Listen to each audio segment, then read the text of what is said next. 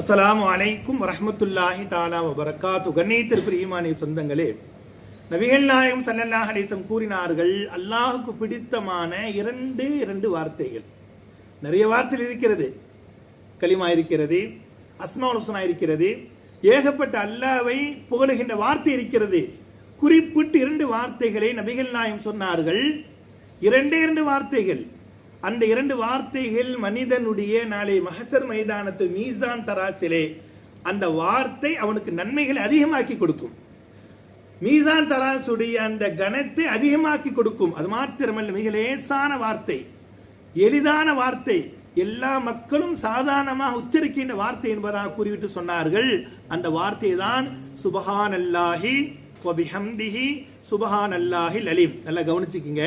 சுபஹானல்லாஹி வ பிஹம்திஹி சுபஹானல்லாஹில் அலீம்.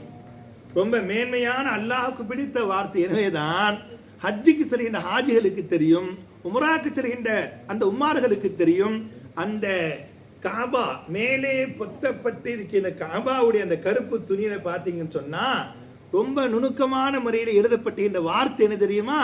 சுபஹானல்லாஹி வ பிஹம்திஹி சுபஹானல்லாஹில் அலீம். சுபஹானல்லாஹி வ பிஹம்திஹி சுபஹான் அலீம் என்கிற அந்த வார்த்தை தான் சுத்தி சுத்தி காபாவுடைய அந்த கருப்பு எழுதப்படுகின்ற அந்த காட்சிகளை ஹாஜிகள் பார்க்கலாம்.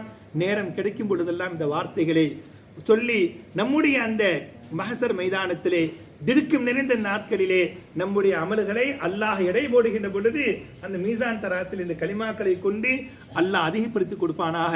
அல்லாஹ் ரப்புல் ஆலமீன் எல்லோருக்கும் ஹஜ்ஜுன் நசீப் அல்லாஹ் தருவானாக. அஸ்ஸலாமு அலைக்கும் வரஹ்மத்துல்லாஹி தஆலா வபரகாத்துஹு.